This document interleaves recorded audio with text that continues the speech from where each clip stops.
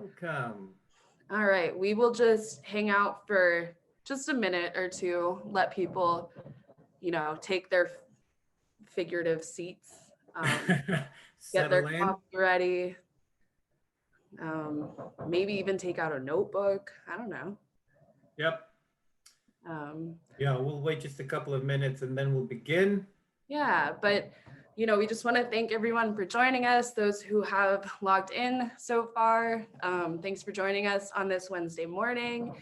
We're really excited to talk to you guys about this subject. I think it's really timely right now, considering how the market is.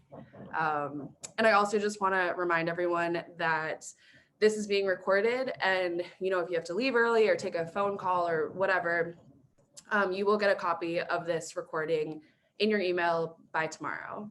So you don't have to worry about missing anything. Perfect. And also we have a bunch of nice slides with very interesting visuals. So if you were planning on just listening to this webinar and not watching the slides, I recommend maybe not doing that because we want to show you some cool stuff. So keep that in mind. And yeah, I think we can start. Yeah, and I also just want to let everyone know that we'll have a little bit of time at the end for a Q&A if you guys have any questions. And if you do have questions that come up throughout the presentation, if you can just hold those till the end or write them in the Q&A little box, and we will get to them at the end of this presentation. Cool, so should we get started? Yeah, absolutely. Let's go. Perfect. So we'll just start off with a quick introduction, just so you guys know who we are. Daniel here is our head of growth at Showdigs. He's been with Showdigs since the very beginning. And he's also on the board of directors of the Portland RHA chapter. So he's going to have a lot of really good insight to share with us today. Thanks, Gabby. And Gabby, she's our director of marketing, and that's what she's all about. Also, besides that, she's our millennial in resident. She's a resident millennial, and she always helps us understand the minds of that huge group that we'll talk about later comprises a lot of your renters and rental profiles. So yeah. So now we'll just talk about what we're going to cover today. It's going to be a pretty short webinar, but filled with really good information. So we're going to start. Dan is going to kind of set the stage just by describing what the current rental market looks like.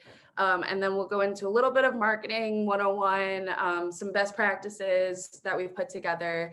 And then I am going to share my experience as a millennial of being a recent prospect looking for a rental myself, actually, in the Seattle area. And there was a lot that I learned, a lot that I saw that, worked well, but also didn't really work well. And so that kind of helped inspire this webinar, actually. And then Daniel's going to take it away with his 3-punch combo, which will kind of tie this whole thing together and really explain what these mistakes are and how you can fix them and avoid them for the future. Awesome. So I wanted to share this graph, which I think captures everything that you guys might be experiencing. And it shows what happened last summer of 2019. And it compares it to what we're seeing in March to September of 2020. So 2 very different summers. And this also shows us what happened in all of the major metro areas.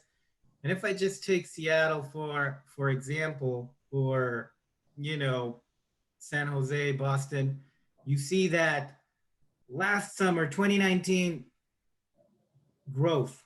We see almost 5%, over 5% growth in rental rates in Seattle. But this summer, we see a drop of almost 10% for the same metro area. And why is this happening? Obviously, COVID plays a major role, and especially we see a disparity between urban core and suburbs. and we see that a lot of prospects are looking to move into the suburbs and away from the city. And hence, if you have a single family in the burbs, it'll go quickly, it'll go by, it'll get rented fairly quickly. But if you have that apartment, 2 bedroom in the urban core, maybe a class B or a class C building, it'll take for ages. And it's not just COVID, it's also people being priced out. It's also a lot of inventory that has been completed, a lot of big projects of class A buildings that have been completed over the last couple of years. I don't know if you guys remember, but in cities like Seattle and Portland, we used to count cranes above the city that represented, new construction. A lot of it was office buildings, but a lot of it was new apartment buildings, and they're all being marketed right now, and that's what you're up against. So a lot of inventory, which leads to a lot of concessions, which leads to property managers and individual landlords having to elevate their game and improve their marketing, look at their funnel, which Gabby will talk about in a minute, and trying to optimize that funnel because it became a renter's market. It's no longer a seller's market like we were used to maybe a few years ago when there wasn't enough inventory. Now, depending on where your vacancy is, it's a renter's market, and we need to make a mental switch and start to accommodate more for our renters. Yeah, so as Daniel said, and I think what a big takeaway I think of what we're talking about here today is that mindset shift of being a seller or going from a seller's market to a renter's market, which means we have to now start thinking about this funnel. And so what this funnel is showing us, at the top we've got our, the people who show up on our listing pages. So someone who clicks on your listing, reads through, and then, as we move down the funnel, those are the people who've decided that they want to see a showing or they want to tour the apartment. Maybe then they actually do tour the apartment. They go through the follow-up, fill out the application, sign the lease. So that's how we work down the funnel. But as you can see, based on the shape, we lose people at every single level, which is normal. Those are called leaks. And so what we want to do with our marketing is try to optimize this funnel by patching leaks at every step of the way. And I think one of the most important leaks to patch is right at the top, right on our listing, and right where how we communicate with our inquiring prospects. That's where I think we lose the majority of our people out of our funnel. And once they've leaked out of our funnel, no saying if we can get them back. So that's what we want to talk to you about today, is just really optimizing that funnel, patching your leaks, and doing that through optimizing your marketing and your prospect communication. So now we want to talk to you a little bit about who these people are that we're talking to, who these prospects are, and what the renter profiles really look like and what that breakdown is. So we found this really cool graph from the National Apartment Association that kind of breaks down what these profiles are. And I actually want to read to you the descriptions that NAA put together of these different groups. So starting with the starting out singles, these are people who are the youngest renters profiled, an average of 26 years old, limited incomes, and a high rent to income ratio, which means that they move around quite a bit. They choose smaller apartments in Class B and Class C properties, and usually in the suburbs. And we see heavy concentrations of these in Salinas, California, Des Moines, Colorado Springs, places like that. You can see that's our biggest group. Then we move over to the young adult roommates. These are renters around age 28 in households with 2 or more adults who also like to move around. They have the shortest length of stay amongst all groups, and they tend to live in higher end suburbs or the urban core, typically opting for Class A or B plus product. And this is because they have the combined incomes and can opt for the pricier units. So we see a lot of these in the Bay Area, for example, in California. So then we move on to our perma renters, which is a really interesting group of people. As NAA said, they're the most overlooked. And so these are people who are on average are in their early 40s, so kind of in the top end of the millennial range, kind of in the like Gen X range. And they're single and always renew their expiring leases at least once.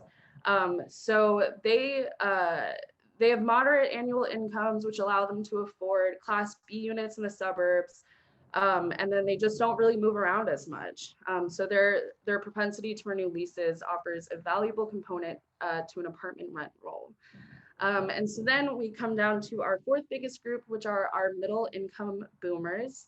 And these are affluent baby boomers. They might be downsizing to luxury urban cores. But most of them just kind of take their retirement savings. They don't have like a whole ton of money. So we find them in a lot of Class B or C properties in the suburbs. So that's just a really interesting breakdown of the biggest section of our renter profiles. But the main takeaway from this graph that we want to really emphasize is that 66% of prospective renters are millennials or younger.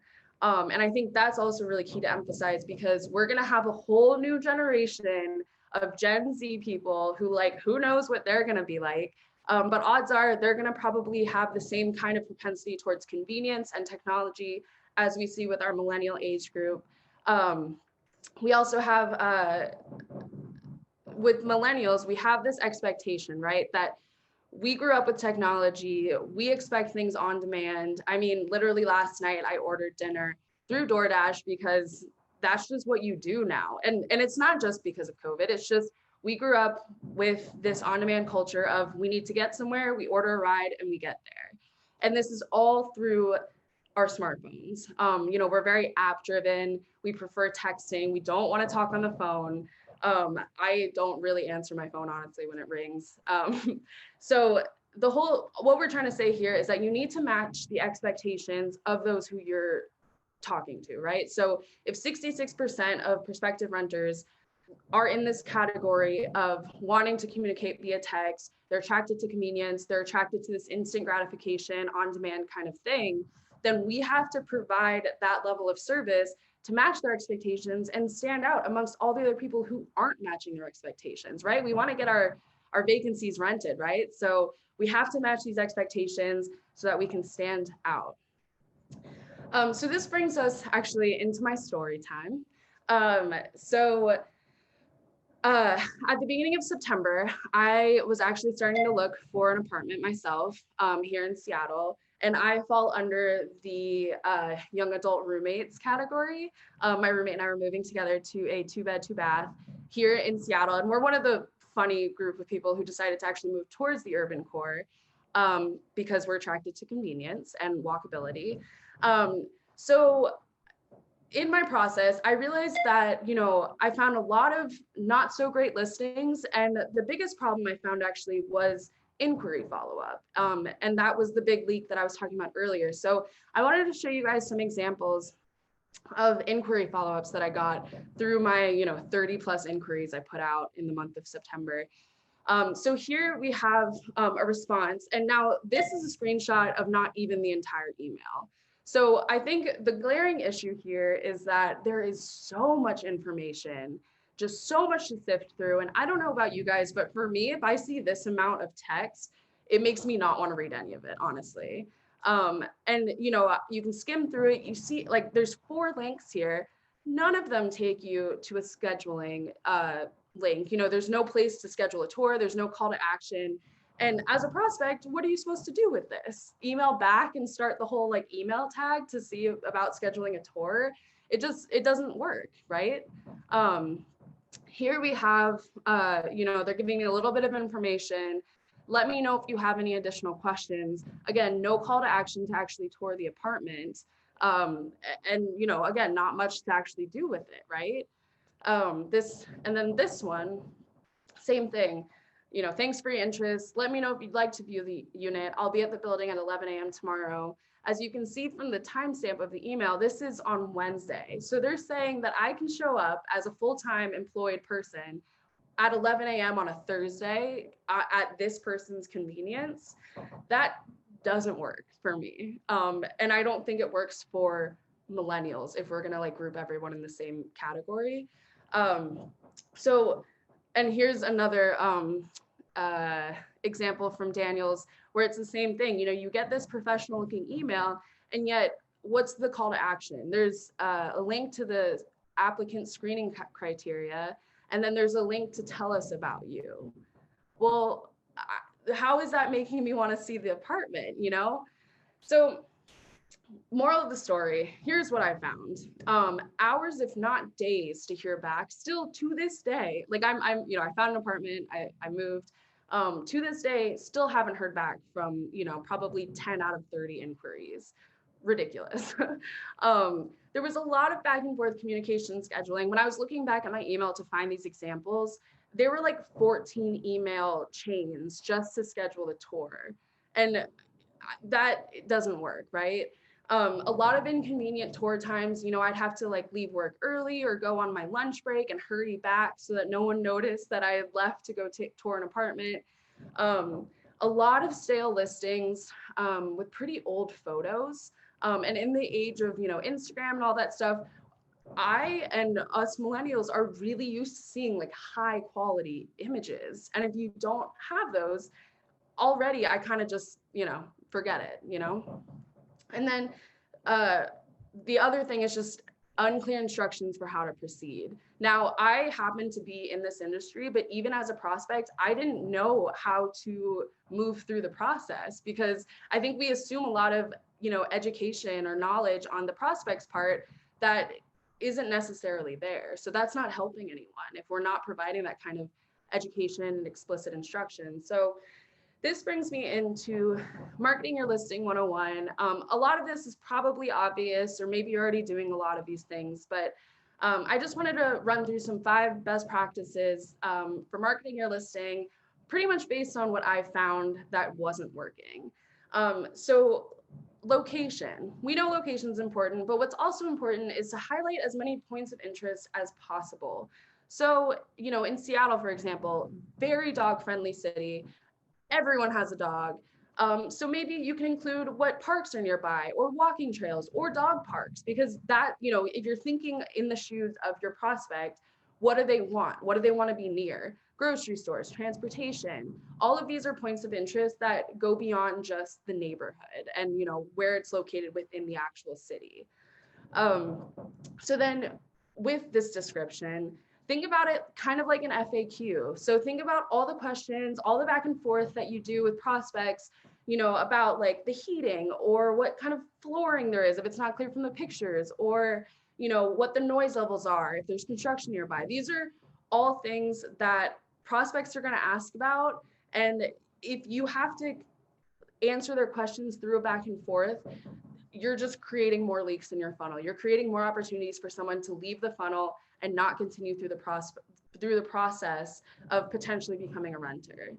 So try to make your description as detailed as possible so that you can answer the questions even before they even have them. So the third best practice is transparent pricing. The number one concern amongst all prospects is, can I afford this? So you can empower your prospects to make that decision by offering all the information they possibly need. So that includes, you know, not just the rent price, but what's the security deposit? What's the average utility price? What are they covering? What are you covering? You know, I think these are all pieces of information that someone needs to make a decision, not only about whether or not they like the place, but whether or not they're going to tour it. They're not going to waste their time if they don't think they can afford it. So then I had mentioned earlier, good quality photos. Prospects expect at least 10 of them because we really want to see what this place looks like before, especially during times of COVID when it's not super safe to like go in person anyway. So that's why we also have 3D tours options, video tours, you know, all of this technology is available to us. So if you're not using it, you're falling behind. You're not going to stand out. You're not going to, you know, again, match the expectations of the prospects, of these people you're talking to who grew up with technology and expect these kinds of things. And so then the fifth and possibly most important thing that I touched on before is explicit instructions. So what actionable next steps should this prospect take? maybe it seems obvious to us, but we're not the prospects. Prospects don't know what they're doing. Just assume they don't know anything. And you need to be as clear as possible with what they need to do next, whether it's to schedule a tour or to give you, well, give you a call if maybe you're talking to an older community, not a millennial. So these are, I would definitely recommend, checking out the listings you have now and seeing if you're following these best practices. And if you're not, I would definitely recommend considering building a lot of this into your listing. All right, so Daniel's going to take it away and wrap it all up with what these mistakes really are. All right, so 3 things that you want to make sure you're doing and that we strongly recommend. First is product placement, and that just means you have to put your listing where your future tenants are. That means, you need to be in a few websites that I'm going to talk about, and we really recommend that you make sure your listings are posted in the right place for your future tenants to find you. Then we talked about mismatching expectations. So I'm going to talk about a few platforms that can help you achieve that expectation and match it. And the last thing is empowering prospects to action. And that way you can really optimize your funnel and make sure you're removing all those leaks and capture those leads at the very point of entry to your funnel. You want to just capture them right away. So first of all, product placement. These 3 websites are where your leads would be. We're talking about between these 3, maybe 100 million leads, will visit these websites in 1 year. Zillow, obviously, if I had to pick one, I would recommend Zillow just because of their interface, their brand recognition, and they have a great app that you can download. And you want to make sure you're on Zillow. It costs money. They started to charge. I think it's $1 a day for every listing, but it's totally worth it. And I recommend being on Zillow. Zumper is another website you want to consider. It also gets you into Facebook Marketplace, which is an awesome new emerging place to have your listing shown. And obviously apartments.com, they're geared more towards apartments, less towards single families. But if you are in these 3 websites, you ensure you have, the best coverage and the best visibility for your future tenants. So keep that in mind. Craigslist is not on this slide. I know that Craigslist used to be very popular in the past, but a lot of scams going on there. We don't recommend really listing on Craigslist anymore. And these are the top 3 that I wanted to recommend. And then you want to make sure that once you have that person on your listing and they are interested in moving forward, because they know their budget, they know, what they're looking for, the location, they know how many bedrooms they need. And if they want to see if that matches what they're looking for, they're going to click on that request a tour button. That's their gateway into your funnel. And what you want to do is you want to capture that lead right then and there and provide them with an actionable link to move forward in your funnel. So you want to make sure you have an automated response, preferably to their mobile. And a few platforms can help you achieve that, but you want it to be automated. And you want it to be automated mostly because you can't just rely on the fact that you will get that inquiry when it's, during business hours. Most prospects will look for listings after hours, on weekends. Some do it at night.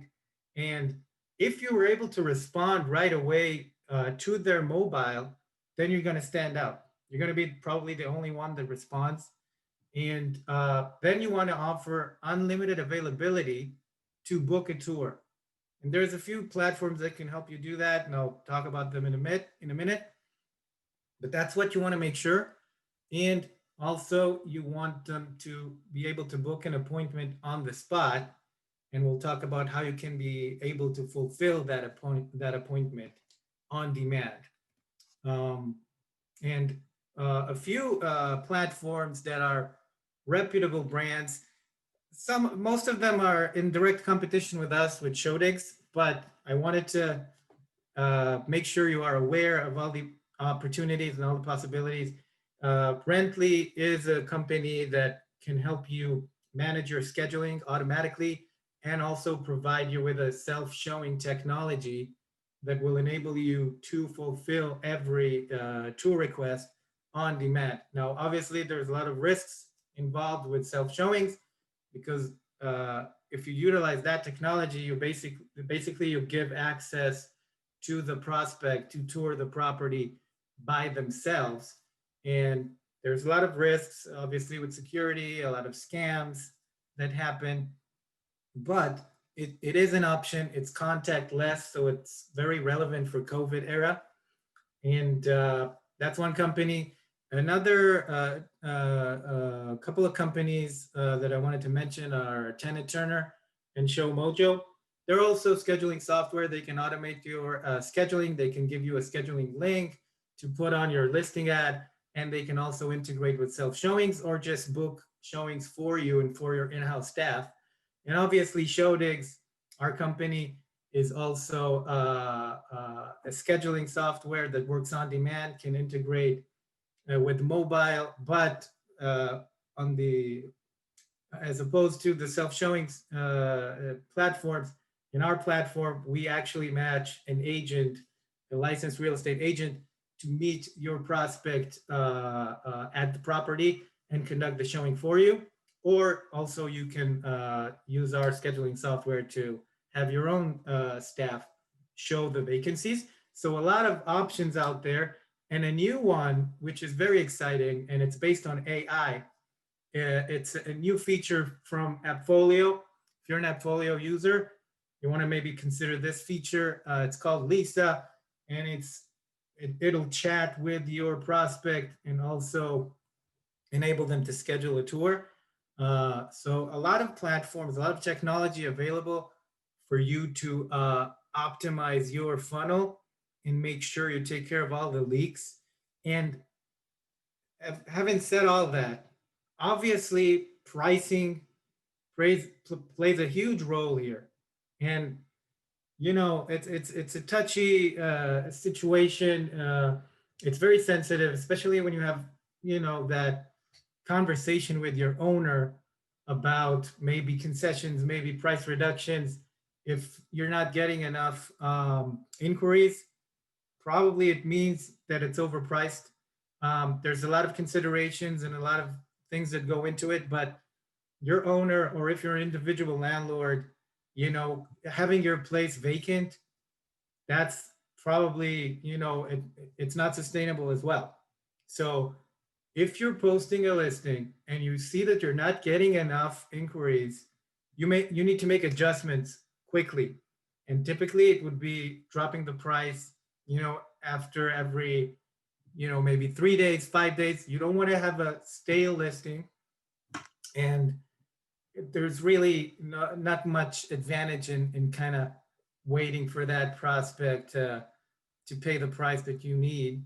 And we know it's a very uncomfortable conversation with the owner, but especially now, and if it's the type of product that we were talking about, those apartments in urban core, and it's November right now, you have to make that conversation with the owner sooner than later and make adjustments to price fairly quickly.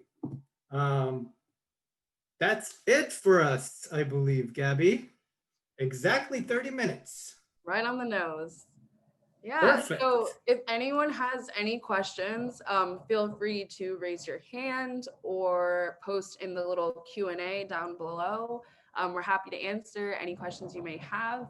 But if not, thank you so much for being here. We really appreciate you guys showing up. And for those of you who showed up on time, we really loved having you here with us today. So Yep. if you And want to reach out.